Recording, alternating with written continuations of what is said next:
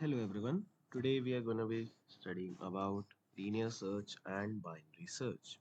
So, we have a visualizer with us where we will be learning about linear search and binary search. So, let's take we are given an array here. This is a website which you can use for your own visualization.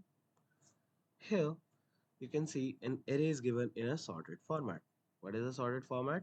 It is either in an increasing order or in a non-decreasing order. Values can be equal.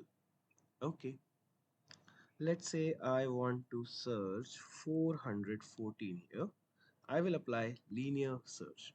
You can see one by one it is checking every single index. Whenever it will be equal, it will return that result index there, element found. So you can see initial index is 0 until we travel the list and the data is less than the value, we keep increasing. And if the index with which over we are traveling the array, if it gets greater than the length, that time we return -1. Else, uh, the moment we find the target value, we return that particular index. We can do the same thing with binary search as well. So if I apply binary search here, you can see I take 0 to 1. So you can see it is always getting left, right and mid, and it is doing very fast. Let's try to slow down the process. Let's pause it here and try to see if we can like pause it. So I have paused it. I'm going to go step by step forward here. We are searching for 414. There are 32 elements in the array. The low pointer is at 0, high pointer is at 31. So the mid will be 0 plus 31 by 2 will be 15. Now we will go a step forward and see that okay, let's go a step back right now. 494 is greater than 414. So which area the number can lie? The number can lie between 0 to 14. So I will apply the binary search part again from 0 to 14. So I will shift my high from 31 to 14. Why am I doing that? There is in the next area, the starting point remains same, only the ending point changes. 0 to 14, it is initially 0 to 31. The new area where I will apply binary search is 0 to 14.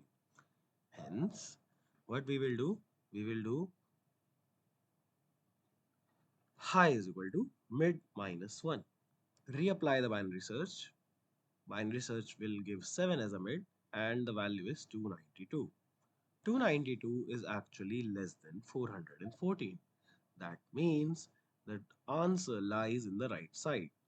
So the area where I will apply binary search now is 8 to 14. So the ending point remains unchanged, but the starting point gets shift from 0 to 7 plus 1 or low to mid plus 1. Again, I apply the same thing. I get the middle, you can see, and again I ask, is 377 less than 414? Is not equal. So again I will go to the right side. When I go to the right side, again I have to go. So 13 plus 14, now we found it. So we keep applying binary search here. Same happens for linear search and we are done. If I click on play, we are technically done with this. I can apply linear search here. So I can pause this and go step by step. You can see every time it increases the index, since list value is less than value, it increases index plus plus, again small index plus plus. You can see that how the code changes are happening.